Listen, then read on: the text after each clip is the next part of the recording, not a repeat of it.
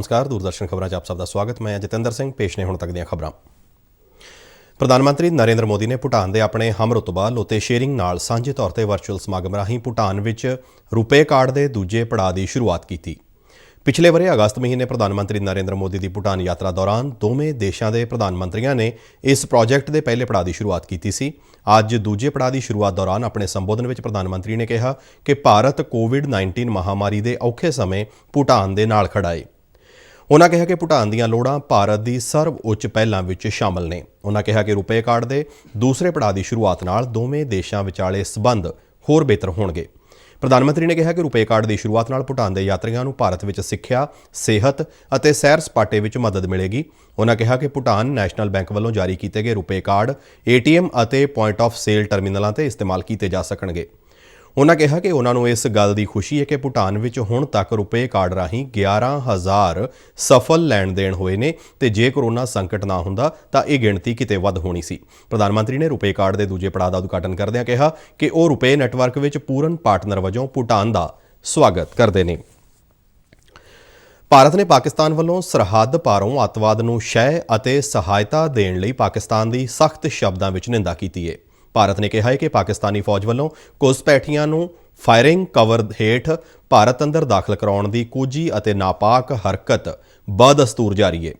ਬਾਵਜੂਦ ਇਸ ਦੇ ਕਿ ਭਾਰਤ ਨੇ ਵਾਰ-ਵਾਰ ਅਮਨ ਅਤੇ ਸ਼ਾਂਤੀ ਦੀ ਬਹਾਲੀ ਲਈ 2003 ਵਿੱਚ ਹੋਏ ਗੋਲੀਬੰਦੀ ਦੇ ਸਮਝੌਤੇ ਦੀ ਪਾਲਣਾ ਦੀ ਅਪੀਲ ਕੀਤੀ।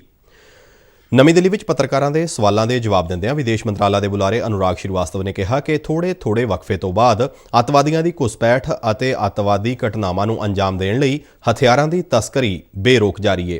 ਉਨ੍ਹਾਂ ਕਿਹਾ ਕਿ ਅਜਿਹੀਆਂ ਕਾਰਵਾਈਆਂ LOC ਤੇ ਤਾਇਨਾਤ ਪਾਕਿਸਤਾਨ ਦੀਆਂ ਫੌਜਾਂ ਦੇ ਸਮਰਥਨ ਤੋਂ ਬਿਨਾਂ ਸੰਭਵ ਨਹੀਂ ਹਨ। ਭਾਰਤ ਨੇ ਇਸ ਮਹੀਨੇ ਦੀ 14 ਤਰੀਕ ਨੂੰ ਦਿੱਲੀ ਸਥਿਤ ਪਾਕਿਸਤਾਨ ਹਾਈ ਕਮਿਸ਼ਨ ਦੇ ਇੰਚਾਰਜ ਨੂੰ ਸੱਦ ਕੇ ਪਾਕਿਸਤਾਨ ਦੀ ਇਸ ਹਰਕਤ ਵਿਰੋਧ ਦਰਜ ਕਰਵਾਇਆ ਸੀ। 13 ਨਵੰਬਰ ਨੂੰ ਪਾਕਿਸਤਾਨ ਵੱਲੋਂ ਜੰਮੂ ਅਤੇ ਕਸ਼ਮੀਰ ਦੇ ਵੱਖ-ਵੱਖ ਸੈਕਟਰਾਂ ਵਿੱਚ LOC ਦੇ ਨਾਲ ਬਿਨਾਂ ਭੜਕਾਹਟ ਦੇ ਗੋਲੀਬੰਦੀ ਦੀ ਉਲੰਘਣਾ ਕੀਤੀ ਗਈ, ਜਿਸ ਦੌਰਾਨ 4 ਬੇਕਸੂਰ ਨਾਗਰਿਕਾਂ ਦੀਆਂ ਜਾਨਾਂ ਗਈਆਂ ਤੇ ਕੋਈ 19 ਹੋਰ ਵਿਅਕਤੀ ਜ਼ਖਮੀ ਹੋਏ। ਅਨੁਰਾਗ ਸ਼੍ਰੀਵਾਸਤਵ ਨੇ ਕਿਹਾ ਕਿ ਪਾਕਿਸਤਾਨ ਨੂੰ ਇੱਕ ਵਾਰ ਫਿਰ ਉਸ ਵੱਲੋਂ ਆਪਣੀ ਧਰਤੀ ਤੋਂ ਭਾਰਤ ਅੰਦਰ ਅੱਤਵਾਦ ਨਾ ਫੈਲਾਉਣ ਦੀ ਵਚਨਬੱਧਤਾ ਬਾਰੇ ਚੇਤੇ ਕਰਵਾਇਆ ਗਿਆ। ਦੇਸ਼ ਨੇ 50,000 ਤੋਂ ਵੱਧ ਆਯੁਸ਼ਮਾਨ ਭਾਰਤ ਸਿਹਤ ਅਤੇ ਕਲਿਆਣ ਕੇਂਦਰਾਂ ਦੇ ਸੰਚਾਲਨ ਨਾਲ ਇੱਕ ਨਵਾਂ ਰਿਕਾਰਡ ਹਾਸਲ ਕੀਤਾ ਹੈ। ਇਸ ਨਾਲ ਦੇਸ਼ ਵਿੱਚ 25 ਕਰੋੜ ਤੋਂ ਵੱਧ ਲੋਕਾਂ ਤੱਕ ਸਸਤੀਆਂ ਮੁੱਢਲੀਆਂ ਸਿਹਤ ਦੇਖਭਾਲ ਸੇਵਾਵਾਂ ਪਹੁੰਚੀਆਂ ਨੇ। ਸਿਹਤ ਅਤੇ ਪਰਿਵਾਰ ਭਲਾਈ ਮੰਤਰੀ ਡਾਕਟਰ ਹਰਸ਼ਵਰਧਨ ਨੇ ਕੋਵਿਡ ਮਹਾਮਾਰੀ ਤੋਂ ਪੈਦਾ ਹੋਈਆਂ ਚੁਣੌਤੀਆਂ ਦੇ ਬਾਵਜੂਦ ਇਹਨਾਂ ਕੇਂਦਰਾਂ ਦੇ ਸਫਲ ਸੰਚਾਲਨ ਲਈ ਸੂਬਿਆਂ ਤੇ ਕੇਂਦਰ ਸ਼ਾਸਿਤ ਪ੍ਰਦੇਸ਼ਾਂ ਨੂੰ ਵਧਾਈ ਦਿੱਤੀ ਹੈ। ਡਾਕਟਰ ਹਰਸ਼ਵਰਧਨ ਨੇ ਇਸ ਔਖੇ ਸਮੇਂ ਵਿੱਚ ਵਿਆਪਕ ਮੁੱਢਲੀਆਂ ਸਿਹਤ ਦੇਖਭਾਲ ਸੇਵਾਵਾਂ ਮੁਹੱਈਆ ਕਰਵਾਉਣ ਲਈ ਸਮਰਪਿਤ ਸਿਹਤ ਕਾਮਿਆਂ, ਡਾਕਟਰਾਂ, ਸਿਹਤ ਅਧਿਕਾਰੀਆਂ ਅਤੇ ਆਸ਼ਾ ਵਰਕਰਾਂ ਦਾ ਵੀ ਧੰਨਵਾਦ ਕੀਤਾ। ਆਯੁਸ਼ਮਾਨ ਭਾਰਤ ਯੋਜਨਾ 2018 ਵਿੱਚ ਸ਼ੁਰੂ ਕੀਤੀ ਗਈ ਸੀ, ਜਿਸ ਦਾ ਉਦੇਸ਼ ਲੋਕਾਂ ਨੂੰ ਉਹਨਾਂ ਦੀ ਰਿਹਾਇਸ਼ ਦੇ ਨੇੜੇ ਵਿਆਪਕ ਮੁੱਢਲੀਆਂ ਸਿਹਤ ਦੇਖਭਾਲ ਸੇਵਾਵਾਂ ਪ੍ਰਦਾਨ ਕਰਨਾ ਹੈ। ਸਾਲ 2022 ਤੱਕ 1.5 ਲੱਖ ਅਜਿਹੇ ਕੇਂਦਰ ਸਥਾਪਿਤ ਕੀਤੇ ਜਾਣ ਦਾ ਟੀਚਾ ਰੱਖਿਆ ਗਿਆ ਹੈ। ਪੰਜਾਬ ਦੇ ਮੁੱਖ ਮੰਤਰੀ ਕੈਪਟਨ ਅਮਰਿੰਦਰ ਸਿੰਘ ਨੇ ਰੇਲ ਸੇਵਾਵਾਂ ਮੁਲਤਵੀ ਕਰਨ ਕਾਰਨ ਪੈਦਾ ਹੋਏ ਮੌਜੂਦਾ ਸੰਕਟ ਦੇ ਹੱਲ ਲਈ ਆਪਣੇ ਯਤਨਾਂ ਨੂੰ ਤੇਜ਼ ਕਰਦਿਆਂ ਕੇਂਦਰ ਸਰਕਾਰ ਨੂੰ ਫਰਾਖ ਦਿਲੀ ਦਿਖਾਉਂਦੇ ਹੋਏ ਮਾਲ ਗੱਡੀਆਂ ਦੀਆਂ ਸੇਵਾਵਾਂ ਦੀ ਬਹਾਲੀ ਨੂੰ ਯਾਤਰੀ ਰੇਲਾਂ ਦੀ ਆਵਾਜਾਈ ਨਾਲ ਨਾ ਜੋੜਨ ਦੀ ਅਪੀਲ ਕੀਤੀ ਹੈ।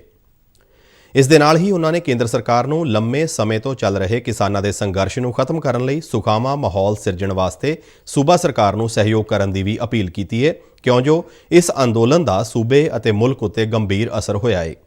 ਮੁੱਖ ਮੰਤਰੀ ਨੇ ਕਿਹਾ ਕਿ ਸੂਬਾਈ ਅਤੇ ਕੇਂਦਰ ਸਰਕਾਰਾਂ ਦੋਹਾਂ ਦੀ ਸਾਂਝੀ ਜ਼ਿੰਮੇਵਾਰੀ ਬਣਦੀ ਹੈ ਕਿ ਰੇਲ ਸੇਵਾਵਾਂ ਦੀ ਮੁਅੱਤਲੀ ਨਾਲ ਪੈਦਾ ਹੋਏ ਮੌਜੂਦਾ ਸੰਕਟ ਨੂੰ ਸੁਲਝਾਉਣ ਲਈ ਉਸਾਰੂ ਮਾਹੌਲ ਮੁਹੱਈਆ ਕਰਵਾਇਆ ਜਾਵੇ।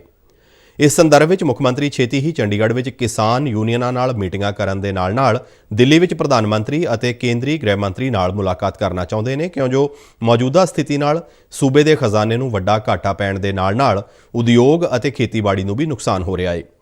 ਉਨ੍ਹਾਂ ਕਿਹਾ ਕਿ ਉਹ ਦੋਵਾਂ ਧਿਰਾਂ ਨੂੰ ਸਮੱਸਿਆਵਾਂ ਦਾ ਸੁਖਾਵਾਂ ਹੱਲ ਲੱਭਣ ਲਈ ਸਰਗਰਮ ਕਦਮ ਚੁੱਕਣ ਦੀ ਅਪੀਲ ਕਰਨਗੇ। ਮੁੱਖ ਮੰਤਰੀ ਨੇ ਕਿਹਾ ਕਿ ਰੇਲ ਆਵਾਜਾਈ ਦੀ ਨਿਰੰਤਰ ਮੁਅੱਤਲੀ ਨਾਲ ਨਾ ਸਿਰਫ ਪੰਜਾਬ ਸਗੋਂ ਗੁਆਂਢੀ ਸੂਬਿਆਂ ਨੂੰ ਪਰੇਸ਼ਾਨੀਆਂ ਪੇਸ਼ ਆ ਰਹੀਆਂ ਨੇ। ਇੱਥੋਂ ਤੱਕ ਲੱਦਾਖ ਅਤੇ ਕਸ਼ਮੀਰ ਵਿੱਚ ਫੌਜ ਵੀ ਪ੍ਰਭਾਵਿਤ ਹੋਈ ਹੈ, ਕਿਉਂਕਿ ਲੰਬੇ ਸਮੇਂ ਤੋਂ ਰੇਲ ਸੇਵਾ ਠੱਪ ਹੋਣ ਕਰਕੇ ਸਪਲਾਈ ਤੇ ਗੰਭੀਰ ਅਸਰ ਪੈ ਰਿਹਾ ਹੈ। ਕੈਪਟਨ ਅਮਰਿੰਦਰ ਸਿੰਘ ਨੇ ਕਿਹਾ ਕਿ ਇਸ ਸਥਿਤੀ ਨੂੰ ਤੁਰੰਤ ਹੱਲ ਕਰਨ ਦੀ ਲੋੜ ਹੈ। ਇਸ ਦੇ ਨਾਲ ਹੀ ਸਾਡਾ ਖਬਰਾਂ ਦਾ ਇਹ ਬੁਲੇਟਿਨ ਸਮਾਪਤ ਹੁੰਦਾ ਹੈ। ਇਜਾਜ਼ਤ ਦਿਓ। ਨਮਸਕਾਰ।